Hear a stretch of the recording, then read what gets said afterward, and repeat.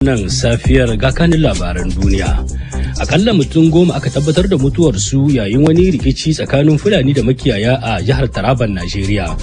Gwamnatin Nijar ta soke ayyukan wasu kungiyoyi masu zaman kansu saboda bin ka'ida.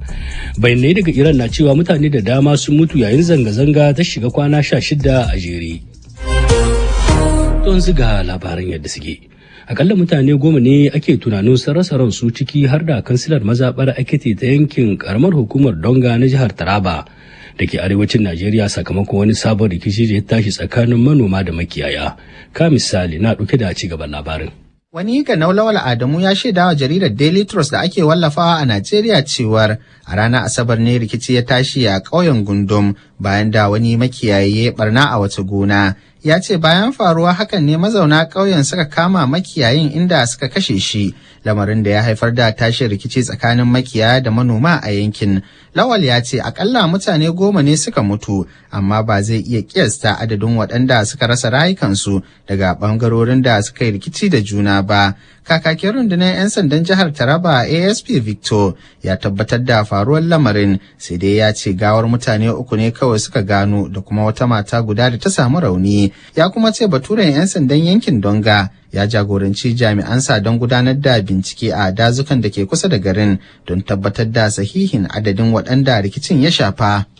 Ta wata babbar mota da ta afka cikin mutane yayin da suke tsakar tafiya inda ta halaka mutane 12.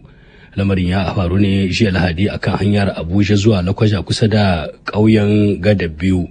Kwamandan rundunar kiyaye haɗurra kan hayya na babban birnin tarayya Abuja Mr. Felix ya tabbatar da faruwar lamarin a tattaunawar da aka yi da shi ta wayar tarho. Jiya al'ummar Benin suka fita zaɓe a Lahadi domin zaɓen wakilai 109 a majalisar dokoki da kuma 1,800 a mukamin ciyamomi na tsawon shekaru 7 sakamakon gyaran fuskar da aka yi wa kundin tsarin mulkin ƙasar a watan Nuwamban bara, wanda ya tsawaita wa'adin mulkinsu daga shekaru 5 zuwa 7. Jam'iyyun siyasa 5 ne da suka hada da 3 na bangaren masu mulki, 2 na bangaren adawa suka fafata a wannan zaben. Gwamnatin jamhuriyar Nijar ta soke ayyukan kungiyoyin agaji kusan 2,000 sakamakon cikin bin wa'adin da aka basu na aiwatar da ayyukansu kamar yadda gwamnati ta bukata. Wannan lamarin da ya jayo muhawara a kasar inda ake ganin mataki ya yi tsauri kuma na iya haddasa matsaloli daban-daban ga kungiyoyin gwamnati da ma al'umma. Rukayya Abba Kabara ta haɗa mana wannan rahoto.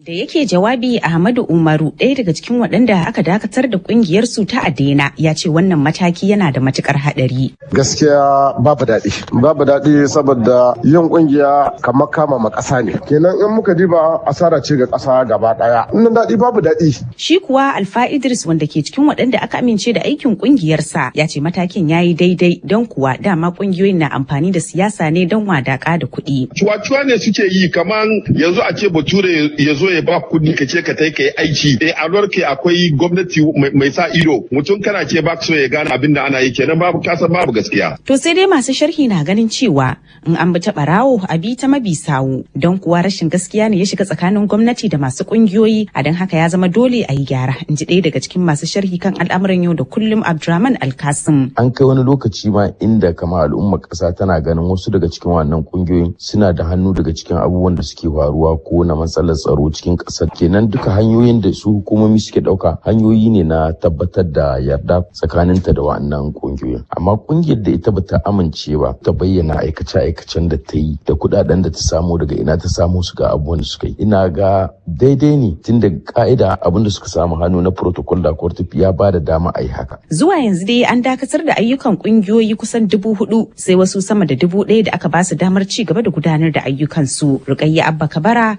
Arafai Hausa.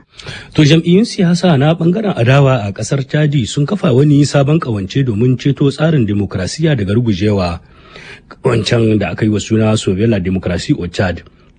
Wani rukunin jam'iyyun siyasa 7 ne ya kafa shi a ranar Asabar da ta gabata.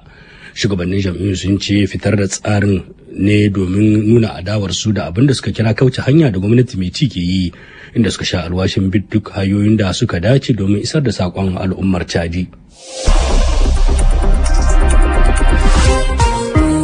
Firaministan Sudan Kamil Idris ya sanar da maido da fadar gwamnatin kasar birnin Khartoum bayan kwashe kusan shekaru 3 tana gudanar da ayyukanta da